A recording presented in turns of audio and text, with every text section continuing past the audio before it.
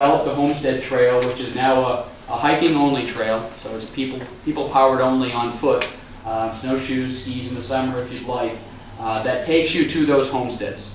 And our brochure helps you understand a bit about the families that were there, whether it was a cow pen or a barn foundation or whether it was their home foundation. But it is there. It's one of the most unique features of the park. There's some amazing views of the river, amazing views of wildlife. But this really is an opportunity to tell the story of how the growth and industry here in Lewiston, Auburn, and we're all familiar with the pollution and other parts that came with growing industry. In this case, there were direct community impacts that came with doing that. And this is a view of the original Homestead Trail map.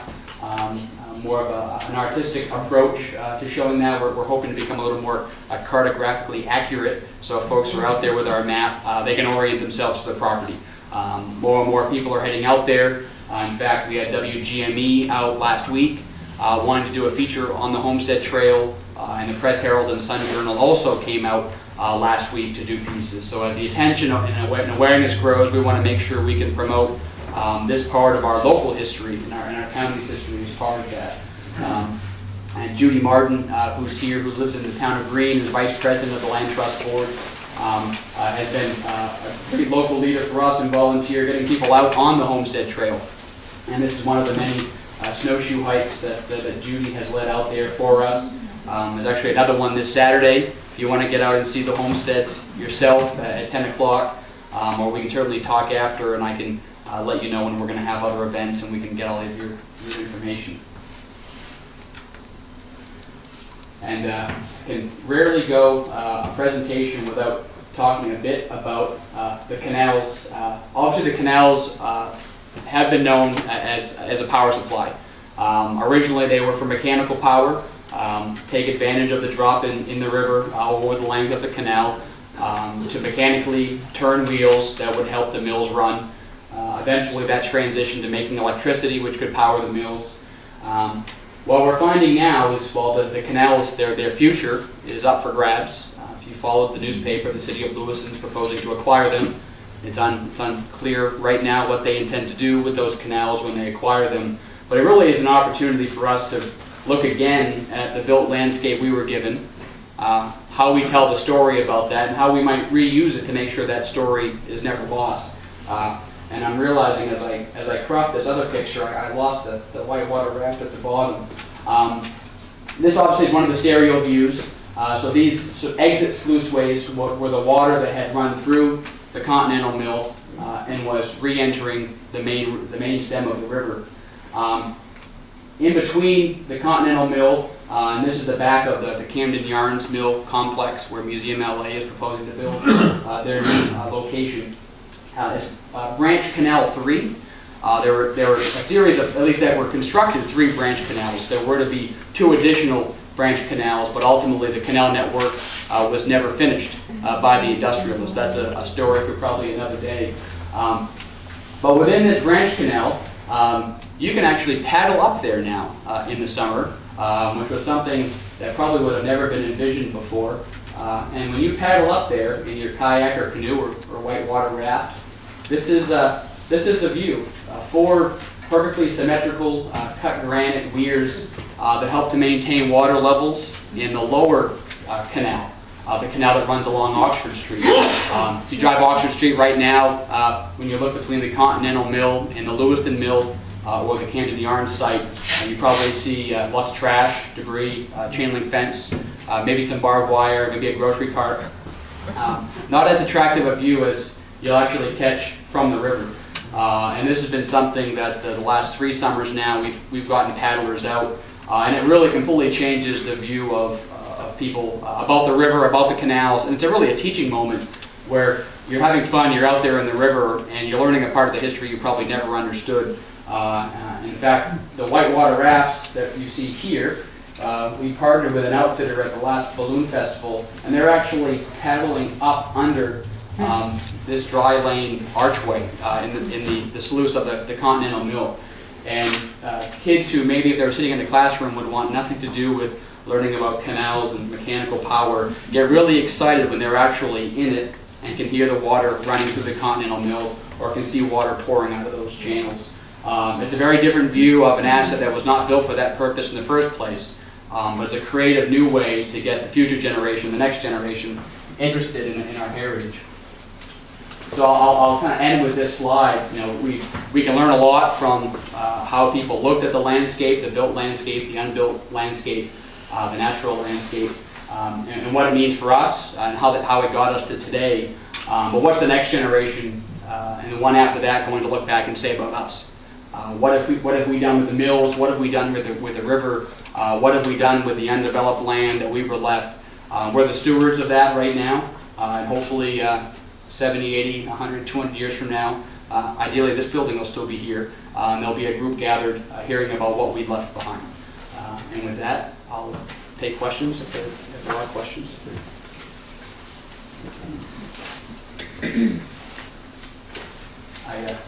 Quick note, I'm not sure we can pull this off here. This picture of a whitewater raft in a canal is not in Lewiston. That's actually in Lowell, where they have on the Concord River, which many people don't know the Concord River in Lowell. It's a smaller river. It actually runs north to south, which is strange for a river in North America. But it enters the Merrimack at the end of the Pawtucket Canal. Lowell's canals, I won't go into all the history, but were originally transportation and became obviously one of the first planned, if not the first planned, industrial city. The Land Trust in Lowell, in partnership with the National Park Service, is actually using the Concord River in the spring for whitewater rafting. There's a couple of sets of rapids where they can get people out, experiencing recreation, learning about the history, and those paddling trips end in the southernmost lock of the canal system in Lowell. It's not apples to apples, but 20, 30 years ago, as Lowell tried to figure out what to do with its canals, they probably would have never thought then, well, what if we can use it for rafting to get people recreating on the river? We have an asset where we don't have a plan, and there's really a window that's about to open up to look at how we might be able to do the same. So, Jonathan. Yeah. Hi. You speak about how we get people to maintain the integrity of what you have done for the future. What are you doing with public schools? Are you involving the public schools to get young people excited about the historical? And if you are, I'd love to hear about it. We're starting to. One of our biggest challenges, and I didn't say it at the opening, we're a nonprofit organization. We exist solely at the ability of our donors and friends and members to contribute to us. 4 years ago, we had no staff. We've had some generous donors. We have growing membership base, and we're now up to 2, covering an area that most land trusts, actually other parts of Maine, there's probably a dozen land trusts covering the same area. So we're trying to balance doing our outreach with maintaining the 5,000 acres that we have. We've been fortunate that we've been approached by funders to help us grow our outreach. The Ferguson Foundation and now Androscoggin Bank have both stepped up to contribute to a youth outreach program that we started this year. We've hired an environmental educator through the AmeriCorps program, working 40 hours a week, helping us to develop programming that will get youth outdoors and connecting the heritage of their communities and the landscape to recreation work, trail planning, being on the river. We're really focusing initially on Jay and Livermore Falls and Lewiston Auburn as part of that. We've done events in the past where we've had teachers call us and say, would you come and present to our local history section about the history of the river? And we're able to open up some of these opportunities of what the future might hold. We have LA Trails maps we leave behind. But we're really trying to become much more systematic in doing that, as well as connecting it to learning results. Teachers have enough on their plate for us to come in and say, yeah, we'd love to have the kids come outside. Well, there's only so many hours in a day. So our ability to build a program that says, here's what we can offer, let's get kids outside, is one approach. And our environmental educator actually has a background in developing curriculum, which is a huge, huge benefit for us. We did start a new effort with another outfitter partner from Bethel Outdoor Adventure in Bethel. He came down last summer with a trailer full of canoes on a Thursday and said, get me some kids. And we reached out to the Auburn Summer Camp and were able to get 24 youth who had never been on the Androscoggin River, only a handful had ever paddled. We got them out in the river, and from the beginning of what do you know about the river, and we got everything from, well, my mom just told me not to touch the river, not to touch the water, when I could go, to ending where we had kids learning T-rescues in canoes by flipping their boats over, and some kids actually with their life jackets, and Jeff Parsons is trained. We're actually swimming off the same beaches at the Marine Corps Preserve. Not something we actively promote at this time, but those things are possible, and we're trying to. It's really one youth at a time. Jeff stuck around that night, and another I think key part of what the future is. There's the youth that are here, and they may at some point leave for college to start their career. But how do we make Lewiston Auburn an attractive place for young professionals who are looking to live an active lifestyle? Are they going to go to Portland, Brunswick, Bangor? We partnered with the Young Professionals group of the Chamber and had a paddle after hours, where we made those boats available, and we had over 60 people, most of whom had never been out on the river, let alone downtown, experiencing what it meant to, you got to work at 5, 20 minutes later you're in a boat paddling downtown, an hour and a half later you're at Gritty's listening to live music. There's no place else in Maine you can do that, and it's really one person, one group at a time to accomplish that. So everything you're doing is based on volunteer time, though, is that correct? We have 2 staff members. 2 staff members. Yeah, myself and Michael. Yeah, and we're always looking for new volunteers. That's one of the pieces that our environmental educators is hoping to work with us on. Not only volunteers that might help us monitor our conservation land, but helping to train volunteers to lead events. If we have someone who knows how to paddle and likes to get out paddling, we can arm them with a story, and they can just let people know they're going out paddling on a Saturday morning, and folks can meet them. So you're looking for docents for the Androscoggin? What's that? Docent. Like Portland, you can travel around Portland with a docent and they can tell you all about what Portland is about. That's what you're looking for. That's a new word, huh? There we go, it is. It's a great word. Add it to the repertoire. Yeah. Thank you. Yes. How many foundations are visible on the Turner side?